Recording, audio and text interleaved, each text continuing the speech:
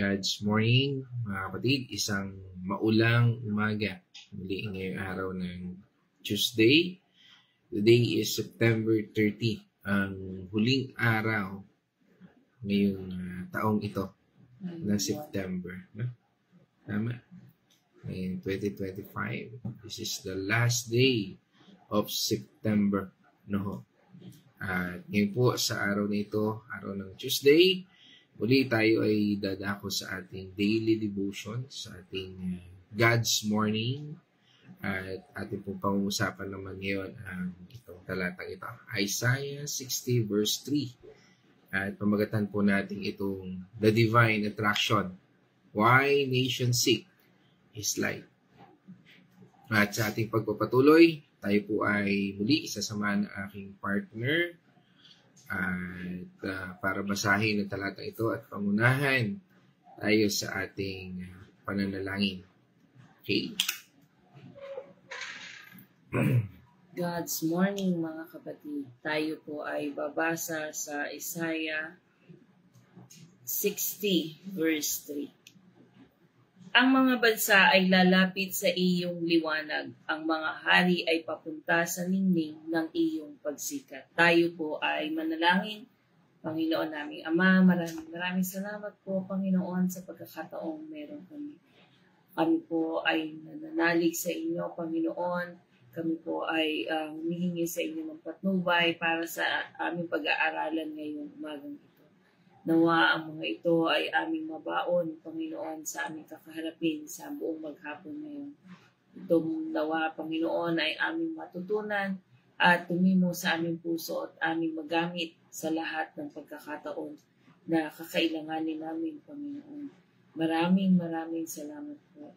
Ganun din po, Panginoon, humihingi din po ako ng patnubay at kagalingan para kay Kuya Chris. Amen. Na kasalukuyan ngayon ay nakakonfine sa medical na nasa ICU, Panginoon. Yes. Alam po namin na wala po kaming magagawa, Panginoon. Ikaw lamang po ang makakapagpagaling sa kanya. Ipuin mo po ang mga doktor, Panginoon, na gagamot sa kanya. Ganun din sa kanilang mga pinansyal na pangangailangan. Yes, upang matustusan ang kanyang pagkaka-hospital, Panginoon. Maraming salamat po, Panginoon. At ang lahat po ng ito ay aming ipinapanalangin sa pangalan ng inyong anak na si Jesus. Amen. Amen. Purihin ang ating Panginoon Diyos. At ngayong umagang ito ay tayo po ay dumako sa ating paksa na pinamagatan natin Divine Attraction. Why nations seek His light. At dito po sa ating talata ngayon ay sabi nga ay isipin natin yung panahon na ito. Ito pong talatang binasa natin ay dito po sa panahon ni Isaiah. Ang Israel ay nasa spiritual darkness on this stage dahil sa kanilang pagtalikod sa Diyos. Ito yung pagtalikod ng tao, ng mga Israelita sa ating Panginoon Diyos. Parang sila po ay nasa ilalim ng, sabi nga ay malaking cloud ng sabihin natin judgment, exile, at pagkawalang pag-asa. Yan po yung panahon na sabihin natin ay nandoon sila sa spiritual darkness na yun. Na tila parang walang mangyayari, walang pag-asa, parang nandoon yung judgment dahil sa pagtalikod sa ating Panginoon Diyos. Pero dito po may biglang prophecy. Itong binasa natin, isang prophecy na Isaiah na magkakaroon ng new dawn. Sabi nga, isang liwanag na magiging dahilan para sa buong mundo. Pati mga hari, sabi nga, ay lalapit sa Diyos. Kaya nga, yan yung paglapit ng ating Panginoon Diyos.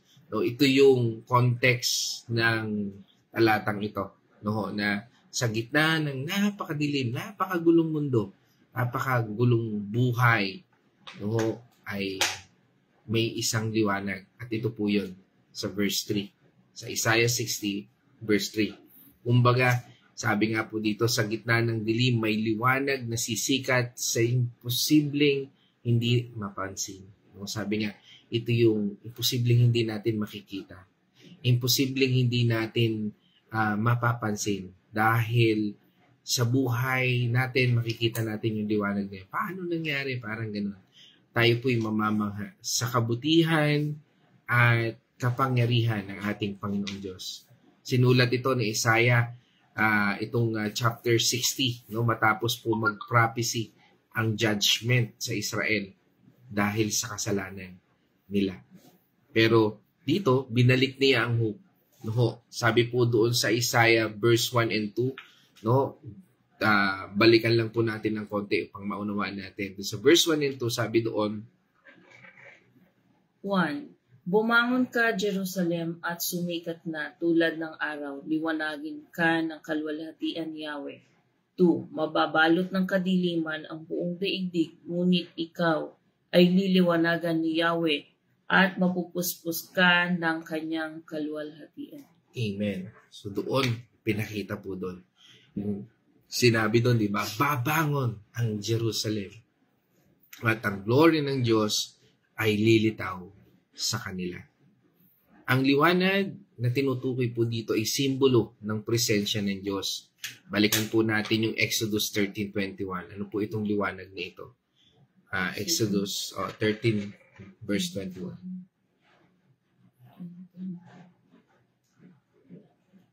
Sa kanilang paglalakbay araw-gabi, patuloy silang pinapatnubayan ni Yahweh. Kung araw ay sa pamamagitan ng haliging ulap at kung gabi sa pamamagitan naman ng haliging apoy na tumatanglaw sa kanila.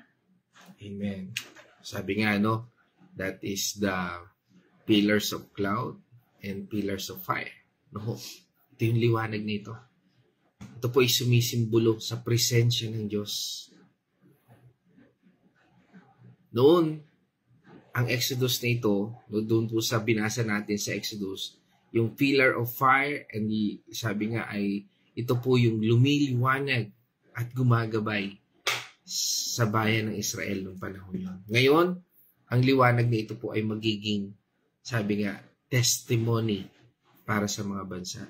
Ano nga ba yung testimony mo? Paano kumilos ang Diyos in your situation? Nire-recognize mo ba ang Diyos sa kanyang pagkilos? Na dumaan natapos ang araw, natapos ang sandali, may buhay ka pa rin. Nakatatayo ka pa rin. O you're still focusing doon sa problema na sinisisi mo yung Diyos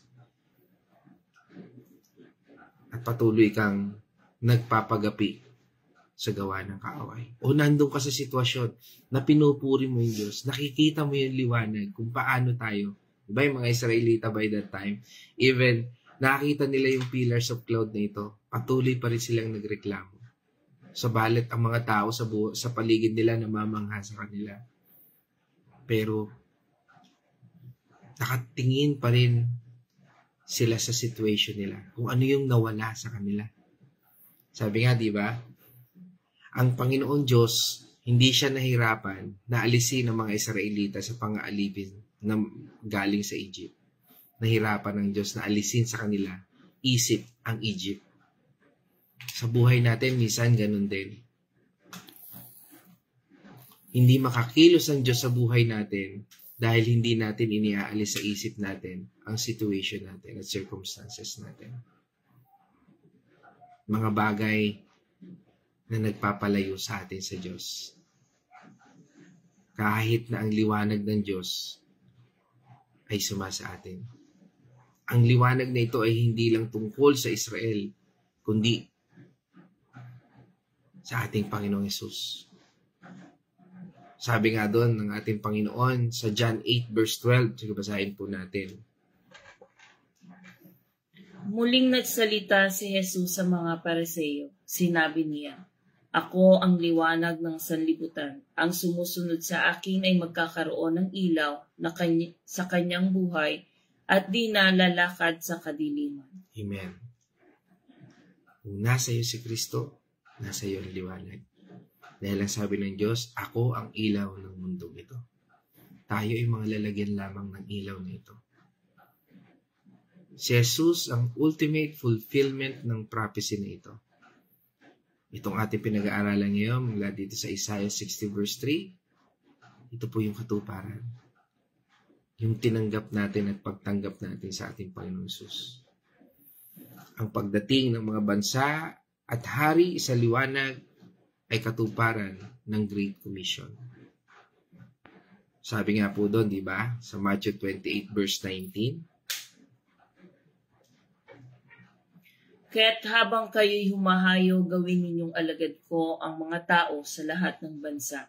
Bautismuhan ninyo sila sa pangalan ng Ama, ng Anak, at ng Espiritu Santo. Amen. So yan po yun. Habang tayo ay naglalakad sa mundong ito, na tila ba minsan napakadilim, napakagulo, napakasama. Ikaw yung liwanag. Ikaw yung sisidla ng liwanag upang ibahagi mo yung salita ng Panginoon Diyos. Tayong lahat. Upang ibahagi natin ang ebanghelyo na ito. Upang umabot sa anumang tribu, anumang lingwahe, at saan mang bansa ka naroon. Marami po nag-aakala na ang liwanag dito ay tungkol lang sa political power o kagandahan ng Israel. Mga kapatid, ang liwanag ay ang presensya at katotohanan ng Diyos na nagpapakita sa pamamagitan ni Kristo at ng kanyang mga followers. Sino po yon? Kung ikaw ay naniniwala si Kristo, ay ang iyong Panginoon tagapagligtas at naniniwala ka, kailangan mo ibahagi ang salita ng Panginoon Diyos, kailangan mo sundin ang iniuutos ng ating Panginoon Diyos. You are Christ's followers. Kaya nga sabi niya doon sa 2 Corinthians 4 verse 6. Sapagkat ang Diyos na nagsabi, mula sa kadiliman ay sisilang ang liwanag, ay siya ring nagbigay ng liwanag sa aking isip, upang makilala namin ang kalwalhatian ng Diyos na nahahayag sa mukha ni Kristo. Amen. Tayo lahat ay tinawag. Hindi literal na ilaw, kundi spiritual awakening. Yan yung pagkagising natin. Pagkagising natin sa mali nating pag-uugali, pagkagising natin at pagtalikod natin sa kasalanan dahil sa pag-ibig ni Kristo. Ang liwanag ang siyang kailangan natin sa buhay nito. Ang Kristo ang siyang liwanag sa buhay natin. Halimbawa, di ba? Sabi nga ang photosynthesis ay nangangailangan ng liwanag para mabuhay ang halaman. Isipin natin kung walang araw sa buong taon, mamamatay din ang halaman. Kaya nga po, isang makikita natin dyan, yung gravitational pull ng araw, ay nagpapaikot sa mga planeta. Pareho po ito sa ating spiritual na katotohanan. Ang Diyos ay source ng buhay at purpose natin. Kaya kailangan natin ng Diyos. Ang liwanag na tinutukoy po dito sa Isaiah 6:3 ay parang, sabi nga po ay spiritual gravity. Ihila ang ating Panginoon Diyos sa mga tao mula sa spiritual darkness papunta sa kanyang katotohanan. To His truth. Kaya nga kung napakinggan na natin yung katotohanan na ito, it's our free will kung susundin natin yan o hindi. Remember, there is always consequence. It's all about our choice. Pipiliin mo ba yung katotohanan ng Diyos? Susundin mo ba yung sinasabi ng Panginoon Diyos? O mananatili ka sa spiritual darkness? Kung ikaw ay isang Kristiyano, o mananampalataya, tagasunod ng ating Panginoong Kristo, ikaw ang liwanag na tinutukoy sa verse na ito. Ikaw ang liwanag na ninanais ng Panginoon Diyos na maging lalagyan ng kanyang ilaw, ng kanyang salita. Sabi nga doon sa Matthew 5 verse 14,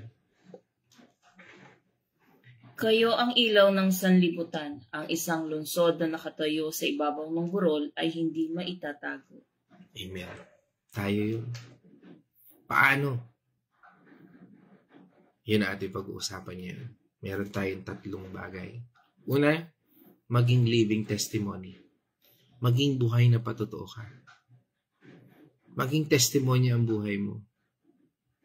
Hindi lang sa kwento, kundi sa katotohanan. Kumusta nga ba yung buhay mo? Kumusta ang pamilya mo? Kumusta ang pamumuhay mo? Namumuhay ka ba sa katotohanan ng Diyos? Ang pagiging living testimony ay pinapakita po nito ang pag-asa at pagmamahal ni Kristo sa iyong mga struggles at victories. Paano ka nagtagumpay? Paano ka pinagtagumpay ng Diyos sa mga struggles na yan? Sabi nga po, di ba? Ulitin natin yung Matthew 5 verse 16. Gayon din naman, dapat ninyong paliwanagin ang inyong ilaw sa harap ng mga tao upang makita nila ang inyong mabubuting gawa at papurihan ang inyong Ama na nasa langit. Paano natin ibinibigay ang papuri sa Diyos? Paano natin ginagamit yung mga struggles natin sa buhay? Kung paano natin dinadakila ang Diyos, kung paano natin ipinakita ang kabutihan ng Diyos.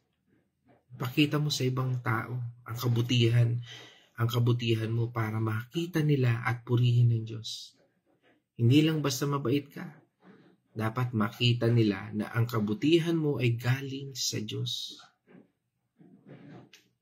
Not for your own glory, it's for His glory.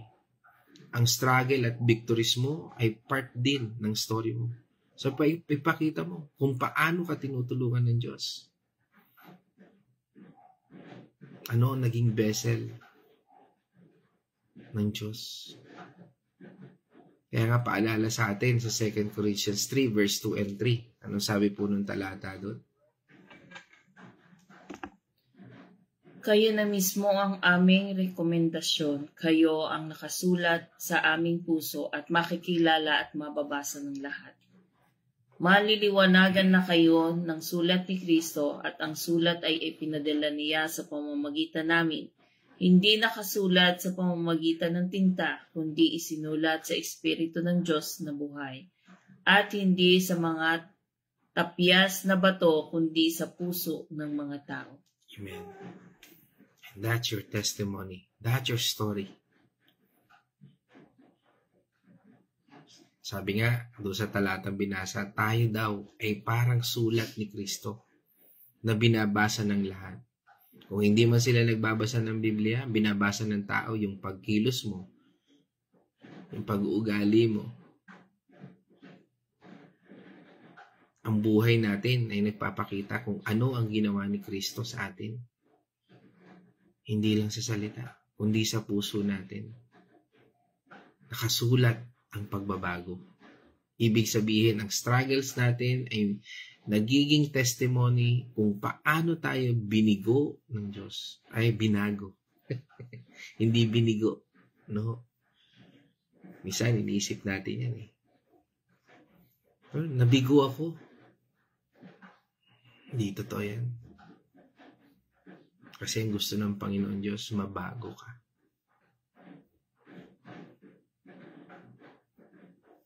Hindi ka kailanman bibiguin ng Panginoon Diyos. Dahil ang Diyos, hindi siya bumibigo. Dahil ang gusto ng Panginoon Diyos, gusto niya ipakita sa iyo ang kanyang kapangyarihan. Gusto niya ipakita sa iyo na in spite of your situation, maging ito man ay napakasakit kung minsan, kikilos at kikilos siya. Dahil ano man yung struggles natin, maaaring ito yung magpabago sa iyo. May mga tao na parang tila sila ay binigo ng Diyos dahil doon sa struggles. Pero may mga tao naman na binago dahil in spite of struggles na nangyari sa buhay nila, babaguhin siya ng pananaw nito. Na nandun yung rejoice. Sabi nga, di ba? Rejoice always. Sabi ng Panginoon sa atin. Kasi tinitingnan niya sa atin, ano ang iyong attitude, ang iyong character sa panahon na ikaw ay nasa struggle ng buhay mo. At ang victories natin ay nagpapakita ng kanyang kapangyarihan. Imagine natin, to all na ating nararanasan, mayroong liwanag na darating. May sisilay na liwanag. Nakatulad nung ating binasa kanina at main context natin. Panahon na yan, hirap na hirap ang mga Israelita. Why? Imagine niyo, tumalikod na sila sa Panginoon at naranasan nila yung paghihirap, struggle, na para bang pinagsakluban na sila ng langit at lupa. Sabi nga, subalit, yung pag-asang ito ay lumitaw. Ang liwanag ng Diyos. Kaya nga yan yung pagkatawag sa atin ng Panginoon Diyos. Imagine, tinawag tayo ng Panginoon Diyos bilang royal priesthood. Pinili tayo as a chosen generation. Sabi nga doon sa 1 Peter 2 verse 9. Ngunit kayo ay isang lahing pinili, grupo ng maharlikang pari, isang bansang nakalaan sa Diyos, bayang pag-aari ng Diyos upang magpahayag ng mga kahangahangan niyang ginawa. Siya ang tumawag sa inyo mula sa kadiliman patungo sa kanyang kahangahangang kaliwanagan. Amen. Sabi nga, tayo ay pinili ng Diyos. Hindi pinilit. No? Pinili tayo ng Diyos. God chose us. Pero tayo ba? Pinili natin ng Diyos. Pinili tayo ng Diyos para ipakita siya. Tinawag tayo mula sa dilim papunta sa kanyang liwanag. Ang praises dito ay hindi lang sa kanta, hindi lang sa pagtalon, hindi lang sa pagsigaw ng hallelujah, hindi lang sa pagpalakpak, kundi sa buong buhay natin. Ang struggles natin ay nagpapakita kung paano tayo iniligtas. At ang victories natin ay nagpapakita ng kanyang faithfulness. Natatakot ka ba sa storm ng buhay? Pero yung storm ng buhay na meron ka ngayon, it's a big testimony o testimony ng Diyos sa buhay mo. Dahil ang gusto ng Panginoon Diyos na pag nalampasan mo na ang anumang struggle na yan, makikita mo, napakabuti ng Panginoon Diyos. Ano nga ba ang attitude natin when we are facing those struggles in life? Nakahanda ba tayo sa victories? O manlulupay-pay na lang tayo? At hayaan nating bayuhin tayo ng bagyo. Maging stagnant lang tayo. Manatili na lang tayo doon sa ating kalalagyan. O lalaban tayo. It will flow.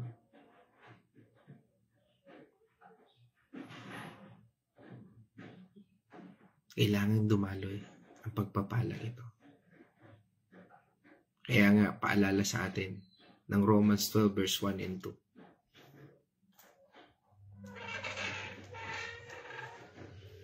Kaya nga mga kapatid, alang-alang sa masaganang habag ng Diyos sa atin, ako'y nakikiusap na ialay ninyo ang inyong sarili bilang isang handog na buhay, banal at kalugod-lugod sa Diyos.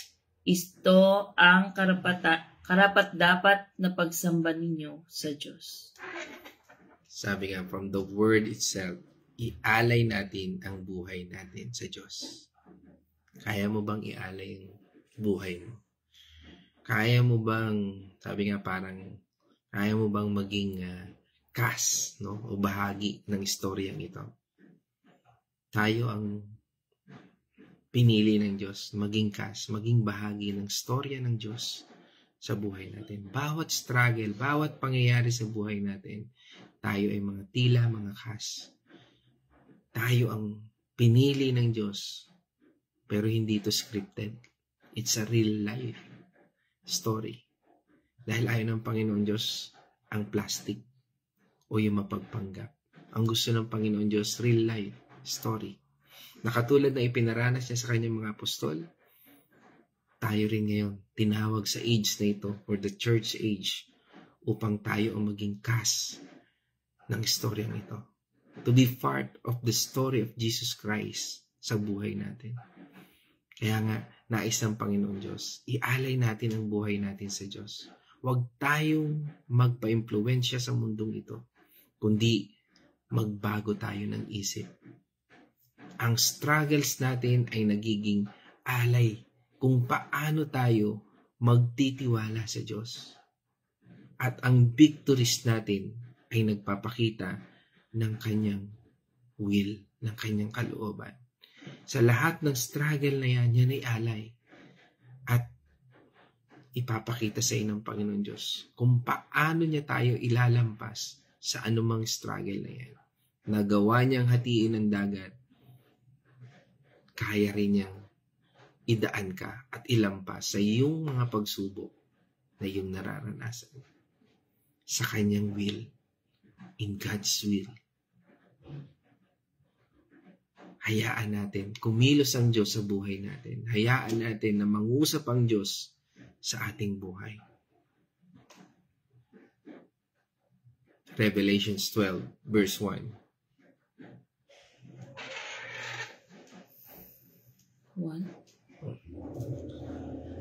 11, sorry. Revelations 12, verse 11.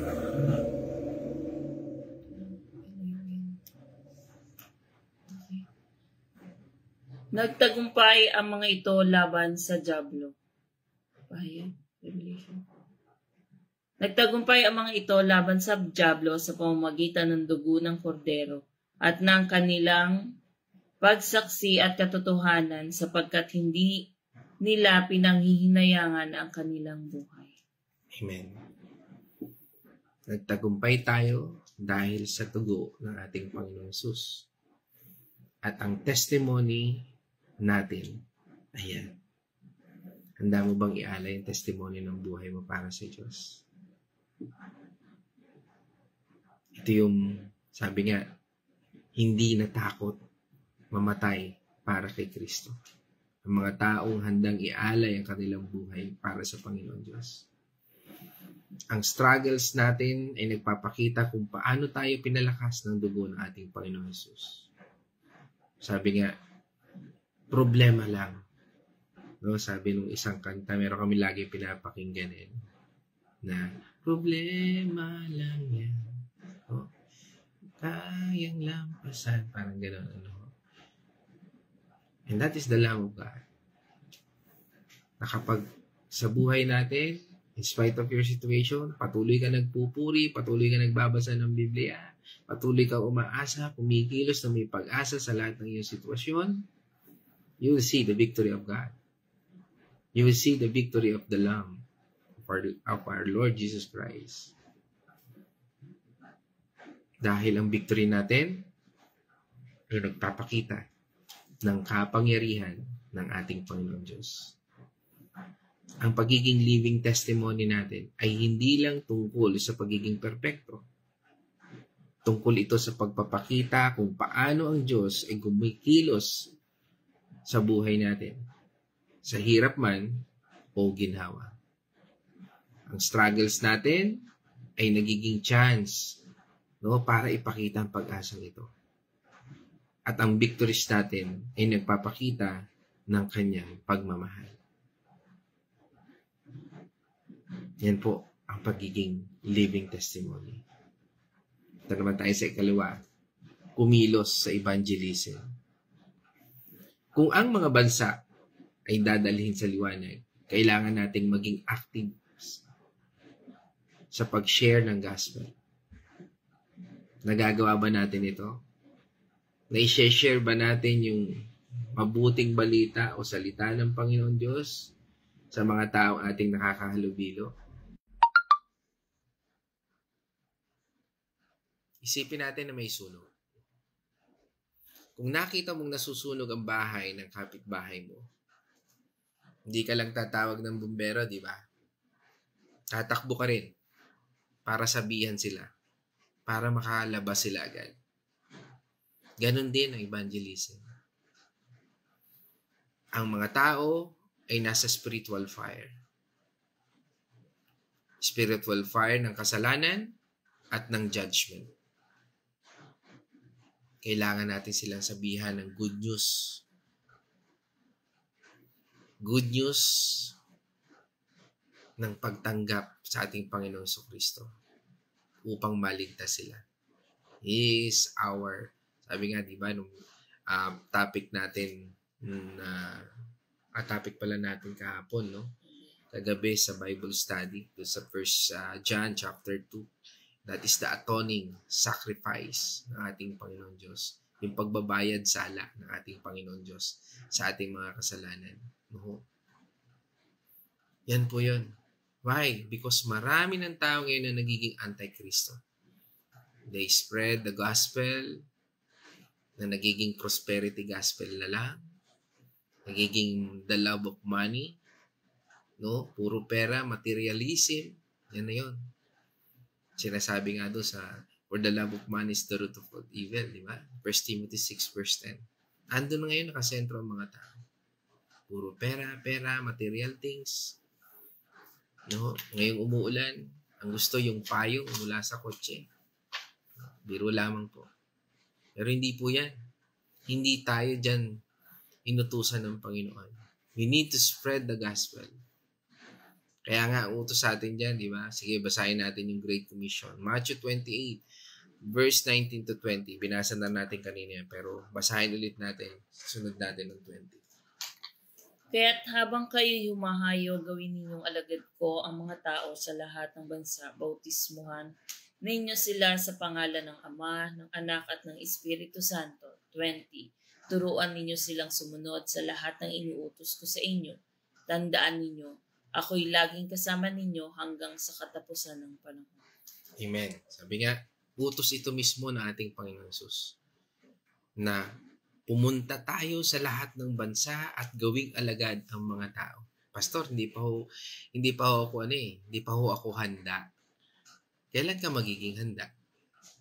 Pastor, kailangan maging katulad mo muna ako na alam yung mga Bible verse. Hindi po ganun yun. Minsan, sabi nga, sa paglakad ng panahon, sa patuloy na pag-aaral natin salita ng Panginoon Diyos, matututunan natin. It will earn. And it will start now. Sa pagbabahagi mo ng salita ng Panginoon Diyos. Kung ikaw ay kulang, humingi ng wisdom sa Panginoon. Alam mo, napakagandang wisdom ngayon ng Panginoon sa bawat isa sa atin. Bakit? How can you share the gospel? By clicking share dito sa video na ito. Diba? Kung hindi mo pa kaya magbahagi ng salita ng Panginoon Diyos, share mo ang video na ito. Nako, baka pumamonetize si Pastor Mon. Nakakalungkot. Because the intent of this video is not to monetize. The intent of this video ay para ibahagi ang salita ng Panginoon Diyos. Kung ayaw mong maungusan ka, o maaring naiinggit, o mainggit ka, alisin mo yung spiritong yan. Dahil it's all responsibility natin na ibahagi ang salita ng Panginoon Diyos. And how you do it? Marami pong paraan. Kung ayaw mo sa video na ito, pwede kang gumawa ng ibang video. O i-share mo yung iba. But our role is to share the gospel to all nations. Sa saan mang bansa.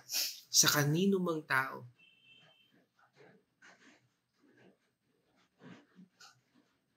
Hindi dahil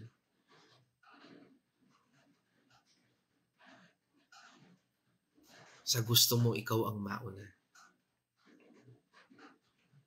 Nakalulungkot minsan sa mga bahagi na ito na kung minsan hindi natin may bahagi ang salita ng Panginoon Diyos. Pero ang daming paraan. Kailanman hindi nagkulang ang Diyos. Sabi nga, hindi lang tayo dapat maghintay na lumapit sila sa atin. Kailangan nating maging active sa paghahanap sa kanila. And how you do it? Ang daming paraan. Kung hindi man sa video ito, saan mang video, nasa tangin mo, ay may babahagi mo yung presensya ng Diyos sa buhay mo. Kaya makikita mo sa sa social media, ang daling matrace kung ano ang buhay ng isang tao. Tingnan mo ang daily life nila. Di ba? Minsan, nagsiselfie ang tao sa mga food, sa mga lugar na nakikita nila, and that's nice. Pero kasama ba sa paglalakbay mo ang Diyos? Alam nyo, isang na-inspire din ako doon sa yung video ni Tete Lestay at saka ni Mabs Phenomenal TV. They're always putting God's word sa lahat ng kanilang ginagawa. And I praise God sa buhay ng mga ito. Bakit? No, marami na silang follower. And I praise Him. I praise God. Why? Kasi nagagamit nila ang kanilang sitwasyon upang ibahagi nila ang mabuting balita ng Diyos. And that is the Great Commission.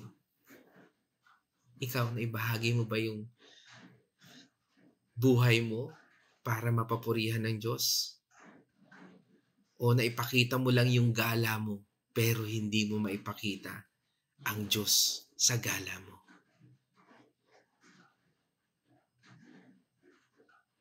Sabi nga, di ba?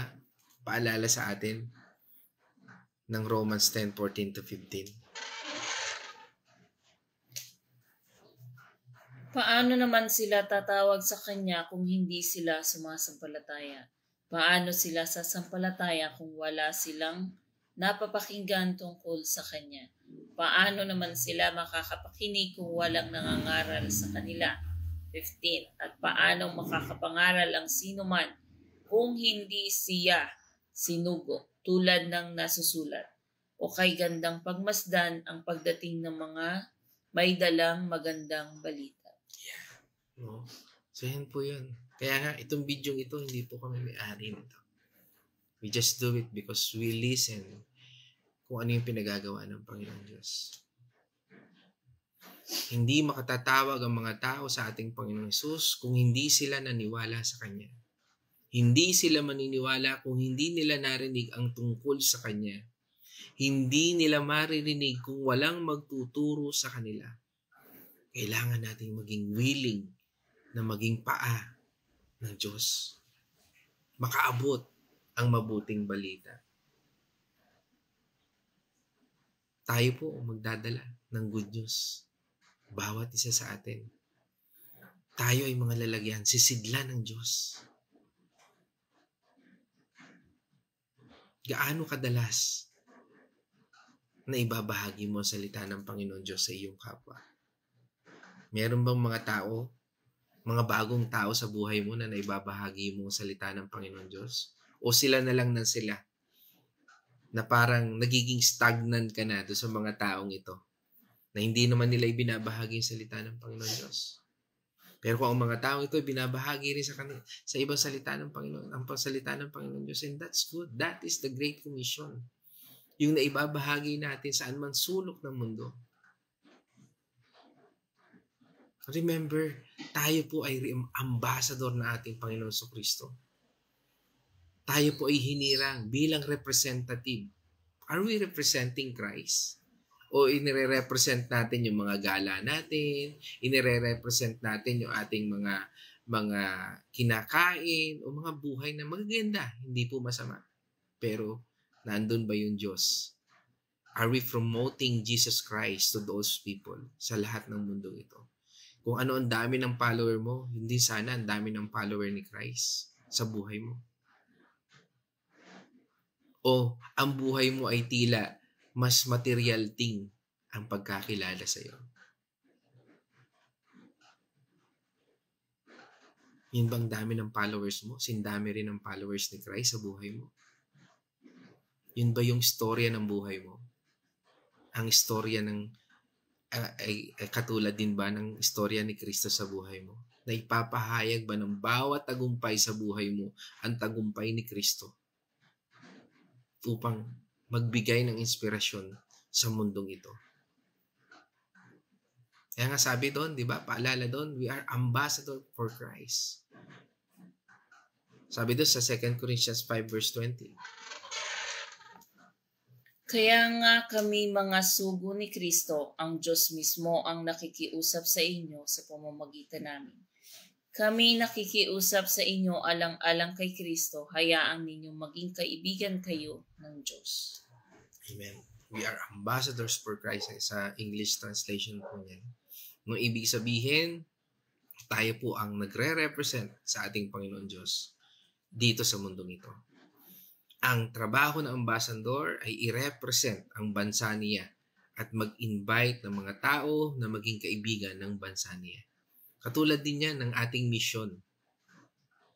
Nagiging bahagi ba? Nagigibang ang buhay natin ay maging representative ni Jesus Christ para yung mga kaaway ng Diyos na namumulat sa kasalanan, sa kahalayan, o mga material things, tayo ba ay nagiging vessel nito?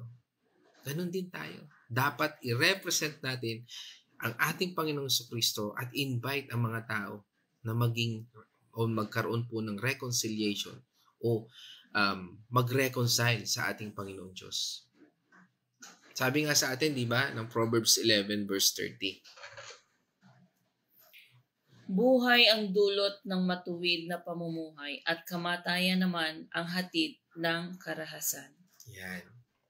Napaka-gandang paalala. Ang bunga ng matuwid ay puno ng buhay. Ang marunong ay nagliligtas ng buhay.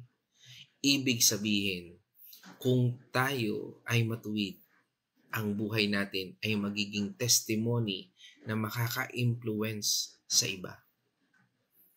Again, ang unang question dyan, kumusta ang pamilya mo? Kung tayo ay marunong, gagamitin natin ang knowledge natin para iligtas ang mga tao mula sa kasalanan. Kung tayo ay marunong, gagamitin natin ang buhay natin ito para ibahagi si Kristo sa mga taong naliligaw. Ang evangelism ay hindi lang option, kundi utos. Utos po yan. Na kung hindi natin ginamit sa mga tao na sa paligid natin, we fail. Mission fail. Sabi nga, di ba? Kailangan natin maging active sa pagsabi ng mabuting balita, the gospel. Dahil, sabi nga, buhay ang nakataya. Imaginein mo, maraming dumaan na tao sa paligid mo, sa buhay mo, pero hindi mo na ibahagi ang salita ng Panginoon Diyos. At dumating yung panahon na sila ay kinuha na ni Lord. Magtatanong ka ngayon sa sarili mo, naibahagi ko ba yung salita sa Kanya? Naibahagi ko ba? Napatanggap ko ba siya sa Panginoon? Naniwala ba siya kay Kristo? Maaring hindi siya maniwala sa iyo, pero at least maniwala siya sa ating Panginoon sa Kristo. Parang sunog. Kailangan natin kumilos agad para maligtas sa mga tao. Hindi naman pwedeng pag nasusunog yung bahay, sabihin mo, bukas ka na lang maubos ha. Kailangan ko pang ibahagi sa kanya. O na lumabas sila dyan. Tinatamad ako ngayon eh. Di ba? Kapag nakita natin yung sunog, immediately, imagine natin ang sunog. Maaring depende sa laki ng bahay mo yan. Pero normally, in 30 minutes, tupok lahat yan. Last, ikatlo, manalangin para sa bansa. Panalangin tayo para sa nations. At yan po yung paalala sa atin ng Panginoon. Panalangin natin ang buong mundong ito. Ipag-pray natin ang mga leader at ordinaryong tao ay ma-attract sa liwanag ng ating Panginoong Hesus. Lagi nating isama sa ating panalangin. Lagi nating panalangin. Ang bawat buhay natin ay magamit natin to sharing. At dito, ako po'y nagpapasalamat dahil hindi lamang po dito sa atin sa Pilipinas na ibabahagi ang God's Morning nito. Malimit na mention pa natin yung iba nating mga kapatid nasa Dubai, Australia, nasa US, no? O yung ibang mga tao na nasa paligid natin sa iba-ibang lugar na ibabahagi natin through this napakalaki ng influensya ng social media. Kaya gamitin natin yung buhay natin sa pagbabahagi ng salita ng Panginoon Diyos.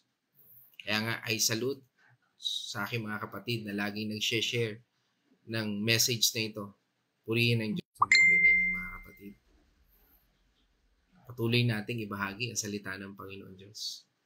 Special mention ko na yung laging share talaga natin. Si Ate Cindy, Pastora Pe, Ate Nela, yan, nandito ngayon. Si Nay Winnie, syempre.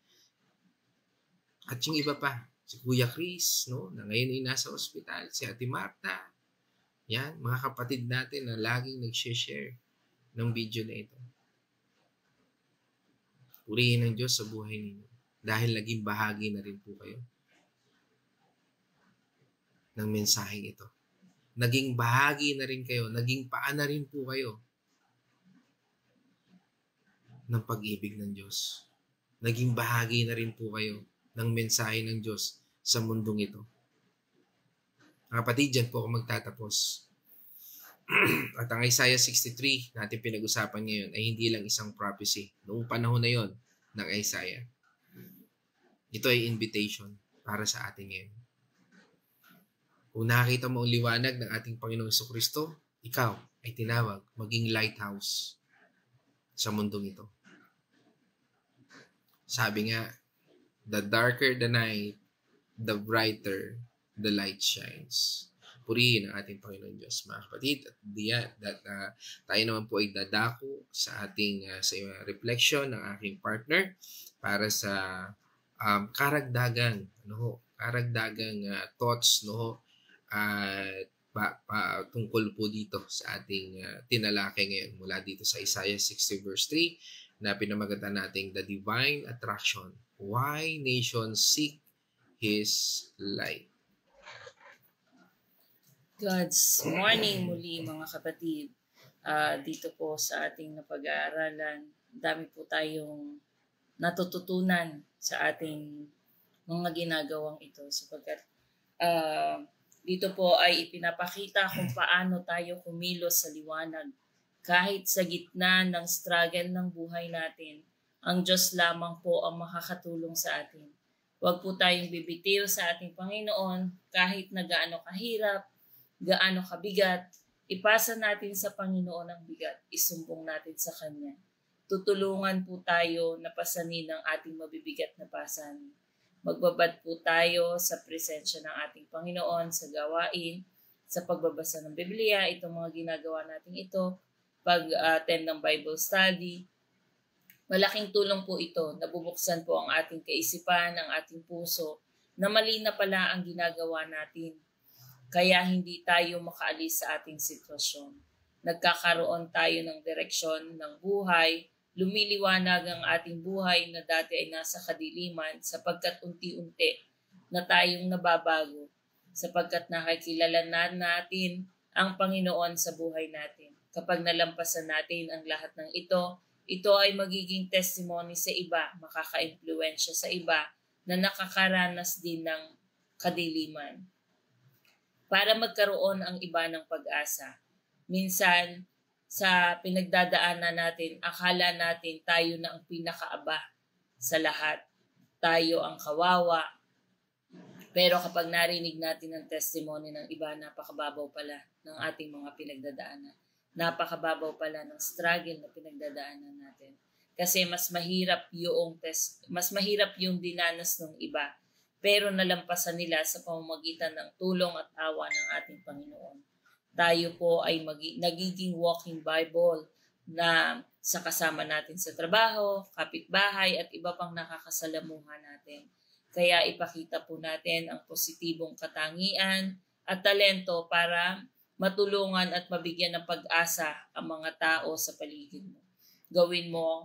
Gawin ang iyong makakaya para maging inspirasyon sa iba. Maging malakas po, maging bukas sa mga oportunidad, sa tulong at pagpapala na dumadating po sa bawat isa sa atin. Huwag mag-atubiling tanggapin ang mga ito at gamitin ito upang sa ikabubuti mo at ikabubuti rin ng iba. Gamitin po natin ang ating mga talento, oras at resources para makatulong sa mga nangangailangan, magbahagi ng ating mga kaalaman. Ito po mga natututunan nating ito. Hindi po ito para sa sarili lang natin. Kailangan po nating i-share sa iba, ibahagi sa iba sapagkat yung mga pinagbabahaginan po natin, hindi po natin alam talaga kung ano ang sitwasyon nila. Kailangan po natin silang tulungan at tayo ay magmalasakit sa kanila. Tayo ay manalangin. Huwag po nating nilalang ang panalangin sapagkat ito po ang pinaka-powerful na maitutulong natin sa kapatiran natin na nagdadanas ng struggle sa buhay nila.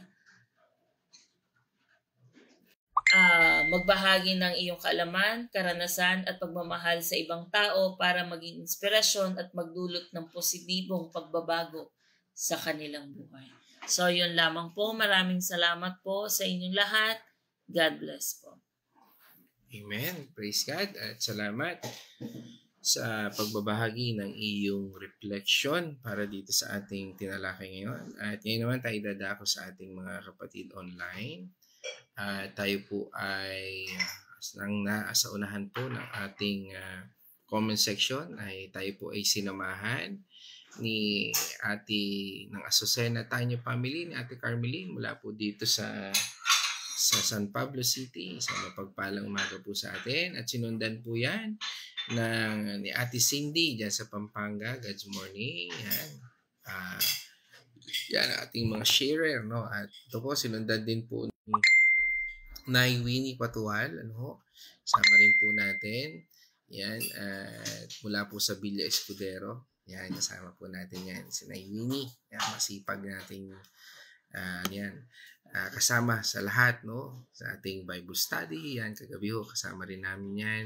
Sa lahat ng gawain, isang karangalan po. Yan, at yan, sino pa? Yan, dito kasama rin natin si Nay Gori, isang mapagpalang umaga po dyan sa, hindi ko alam kung nasa Bulacan Chao si Nay Gori o nandito sa ospital kasama ni Ate Martha. Okay, so isang mapagpalang umaga po. Yan, and then syempre, kasama natin mula po sa Santa Rosa, Laguna, syempre kasama natin ang aking magandang nanay. Yan, si Corazon Getgano Mercado. Yan, salamat sa buong family namin at buong clan. At syempre, ito mula naman sa Bacolod City, Kaya nga po yan, preaching to all nation. Yan, ito po. Yan, kasama natin si Kuya George Pios na bagamat nandito tayo sa Laguna, hindi hadlang ang pagbabahagi ng salita ng Panginoon Diyos, nakakarating sa Bacolod. At salamat sa iyo, Kuya George Pios, na ito ay pagpapatunay na we are the lighthouse, na bahagi ka rin ng lighthouse na ating Panginoong Jesucristo. Yan, diyan sa Bacolod City. Yan, God's morning sa iyo, Kuya, at sa buong family. Yan, okay, so yan. Kagalingan ni Kuya Chris, pinag-pray na rin natin, pag-pray ulit natin yan, at ni Ate Marta, ganun din si Ian, may ubo, kasi kausap ko kagabi, after ng Bible study natin, kausap ko po sila. Yan, at kalakasan din, may sakit din pala si Ate Glory, si kalakasan ni Nanay Gori, Benalus, yan. Pag-pray din natin yan. Kagalingan ng lahat ng may karamdaman. Sabi nga ni Nay Winnie. Yan. Okay, nawala daw ang signal ni Nay Gori, Kalakasan, yan. Kagalingan, yan. Pag-iingat sa lahat, yan. Siyempre, kasama rin natin ang aking magandang pinsan. Siyempre, pinsan ko po yan Joke po. Yan, mula po sa Cotabato City, siyempre ang aking Mamang Judy Prigulechua. Yan, batiin natin ang buong Chuba family. Yan. Yan. At isang kagalakan mula po sa Cotabato City ay yan, nakakarating ang ating salita ng Panginoon Diyos. Yan. Yan, pag-iingat sa ito, prayer request ni Nanay Glory. Pag-iingat sa mga apo at pagbubuntis ni Dana. Yun, okay. Praying sa iyo, kapatid, sa inyong mag-ina. Yan. At syempre kasama rin natin ulit, muling nagbabalik ang ating kasama dyan. Ang asawa ng aking partner, at ang ating kamananampalataya, si Ate Tina Capadosa, mula po dyan sa Capas, sa norte naman tayo. Yan, Capas, Kutkot, Tarlac. Yan.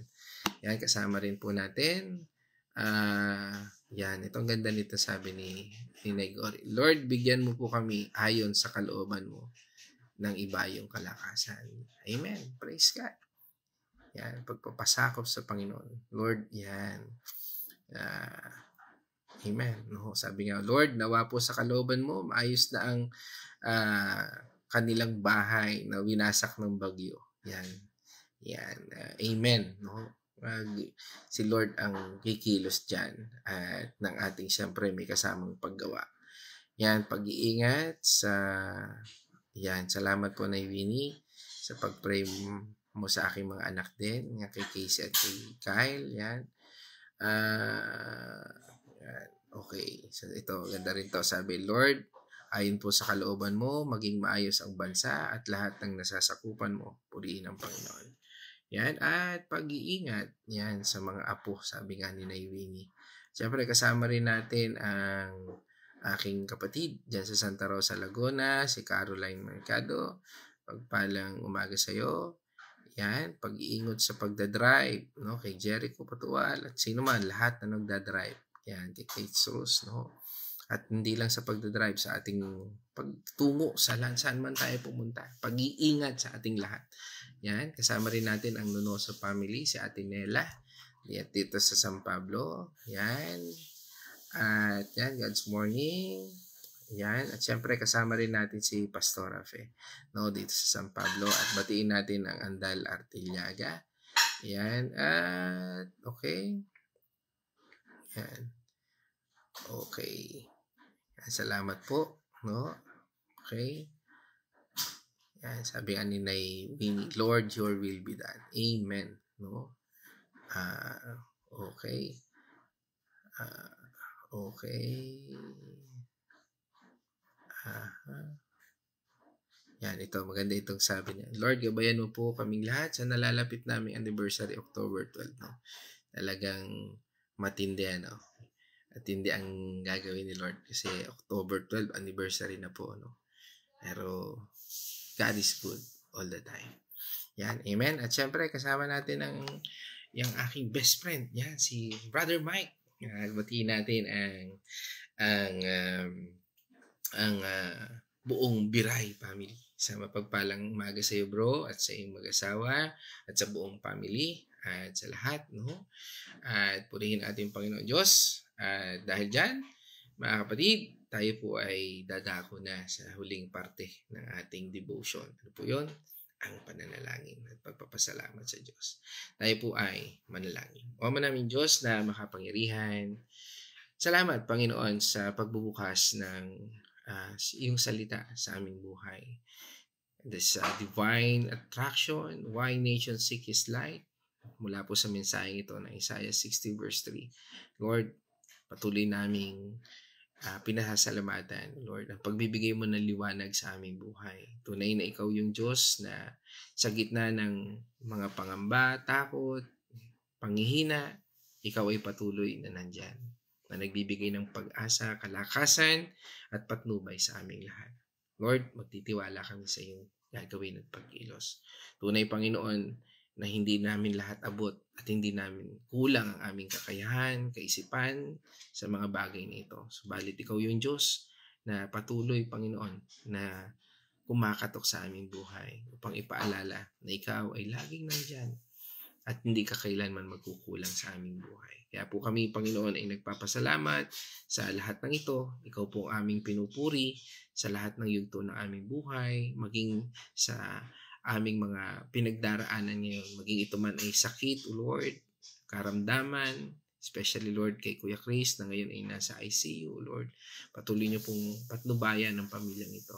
Bigyan ng kalakasan sa spiritual at physical, Panginoon. Ganun din, Panginoon, sa kanilang pangangailangan. For financial, Lord, ang dalangin po namin, Panginoon, ay pagtitiwala. Bigyan mo kami, Panginoon, ng pusong pagtitiwala sa lahat ng aming mga pinagdadaanan ito. Lord, dalangin po namin sa mga kapatid namin ito, Lord, na patuloy niyo po silang patnubayan. Dalangin din namin, Panginoon, na sa bawat isa na nakikinig ngayon, na may mga karamdaman, O Lord, sa iyong paghipo at sa iyong gabay, O Lord.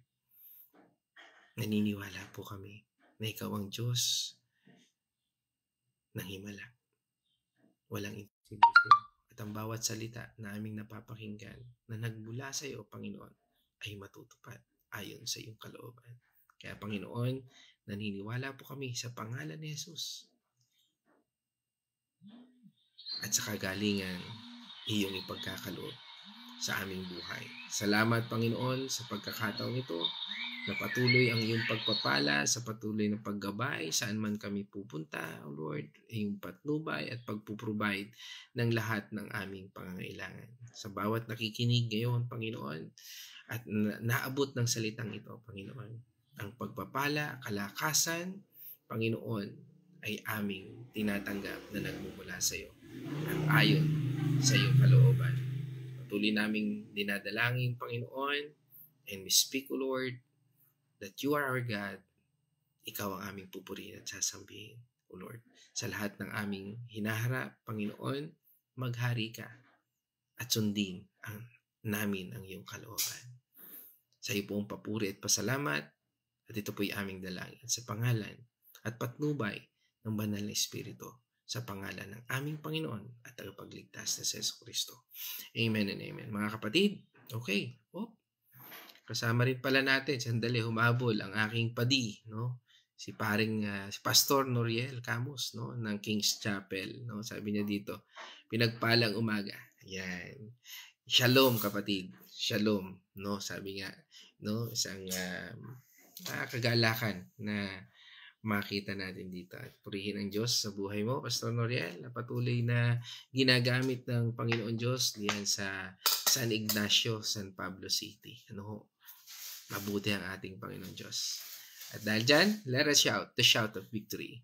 Christ has died. Christ has died. Christ has risen. Christ has risen. Christ will come again. Christ will come again. And together, we are for Christ. Again, God's morning, everyone.